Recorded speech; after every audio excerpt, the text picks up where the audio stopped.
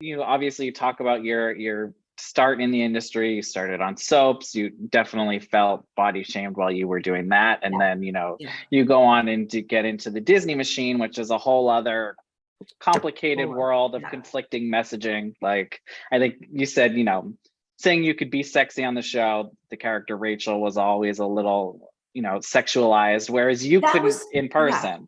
That was the most mind-blowing thing going back. Looking at my character, how sexualized she was. I mean, one of our first things, we had a food fight where I'm rubbing my feet on Wilfredo's face.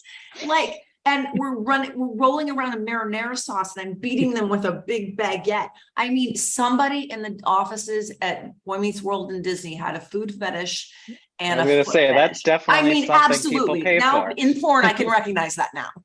Back then I was like, oh, it's just fun food fight. No. Somebody wanted to see my feet on his face. Yeah, I wouldn't put it past them.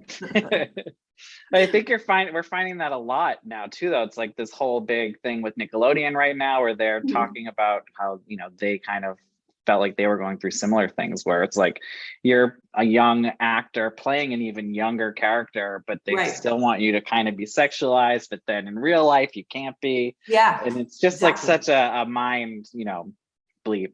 Yeah. But for you, I guess, can you just talk about that conflicting messaging and what it does to someone who is in their 20s when you can't be sexy and you feel like the writers are kind of making fun of you and devaluing you at the same time for being sexy on the show? It's just gotta do something to you. Right. It's like at the time I just thought it was my job and that's what I had to do. And I thought I was being a good actress and performer to just go along with whatever was given to me.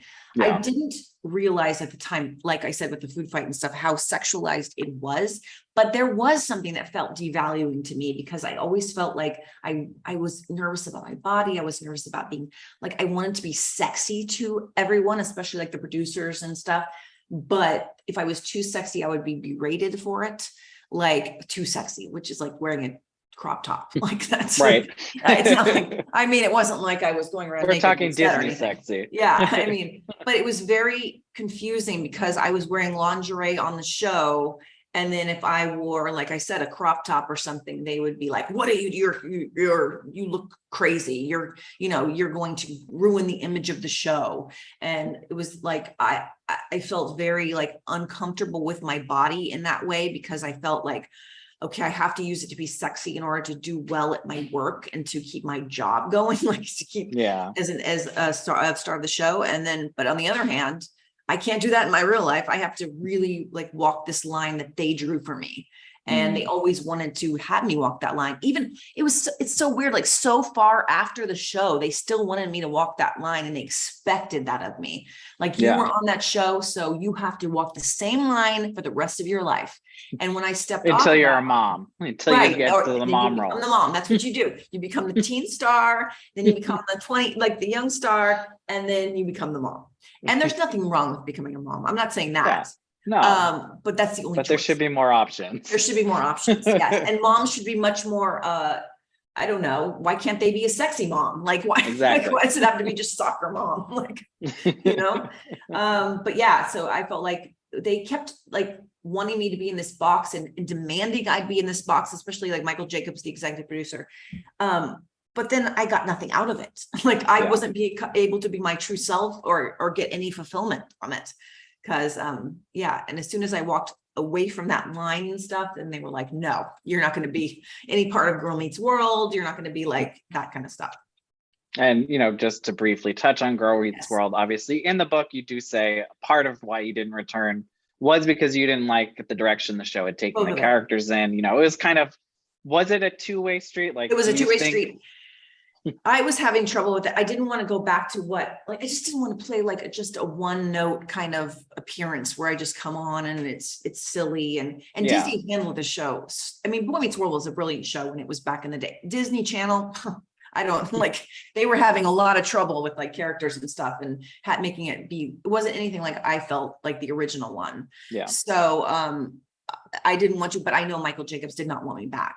Because I was out there with this sexy image. That was around the time we met. I was gonna say, this was around the cosplay era. I was doing cosplay at Comic-Con.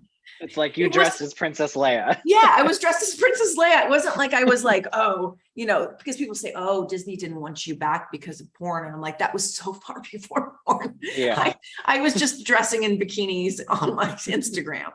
But they didn't like that I was stepping out of that box. They didn't like that any sort of like a deviation from like what you were.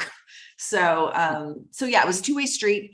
And to this day, it's weird because we've never spoken about it, me and Michael Jacobs.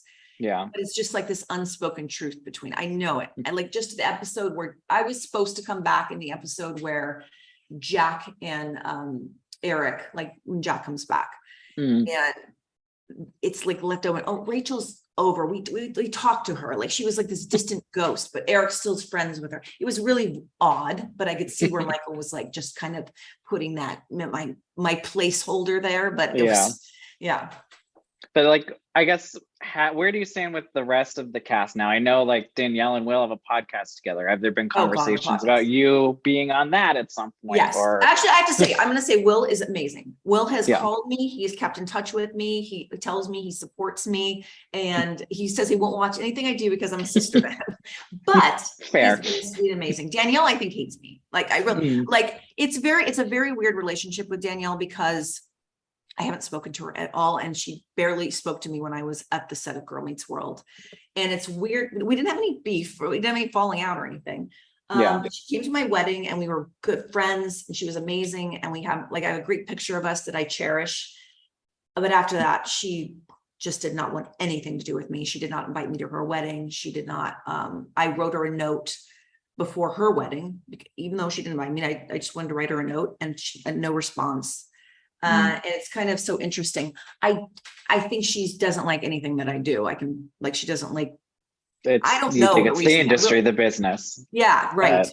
Yeah. But the boys I have had no like issues with, like the guys on the show, and Trina, I've been friends with. I was gonna say, see you and Trina tweeting. Trina. Actually, Trina's been friends all along. Yeah. So we've had a nice friendship and stuff. And so, yeah, it's mainly, I think it's interesting though with this podcast, and Will invited me to come on, and I do look forward to talking to all of them because I would love to talk to Danielle again to see what's going on and everything. But it's interesting that she keeps coming up with sound bites every week, like because she wrote a book some years back or whatever. And like, why are these sound bites coming out now? Like, tell us the story of the show back when.